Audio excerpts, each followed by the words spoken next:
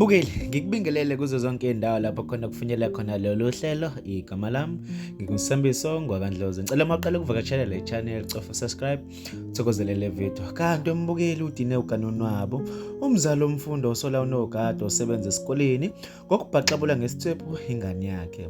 Usukushaya kwengane kudala ukuthi iphazamiseke ekubhaleni izifundo zayo ngenxa yokulimala kanzima esandleni.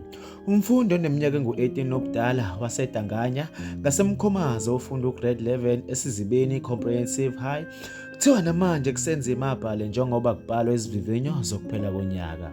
Kuthiwa uhlasele ngonogada osebenza esikoleni, wambhaxabula ngesiswebhu emasontweni amabili adlule, emsola ngokuqhomoloza kuveranda ngesikhathi abanye abafundi bengena emaklasini ngesikhathi sokuba babhale. Unina womfundi unkosikazi Sindi Dlalane uthe isigameko simdine kakhulu kangangokuba ungeniswe esibhedlela ngemuva kokukhushukelwa ushukela. Unkosikazi Dlalane ulandise wathi bebebhala isiZulu uNandi uthe kushaya isikhathi sokuthi bengene eklasini bebhale yena esamile kuveranda elinde ukuthatha okuthile kumngane wakhe obesetoilet ngesikhathi eqhamuka unogada ovele wambuza ukuthi umeleni ezinye izingane zingene eklasini, akamnikanga ithuba lokuthi achaze wabesemnenebula ngesiswebhu. Okhulumela amaphoyisa kwaZulu Natal uLieutenant Colonel Nqobile Gwala uthe amaphoyisa asemkhomaza aphenya icala lokushaya.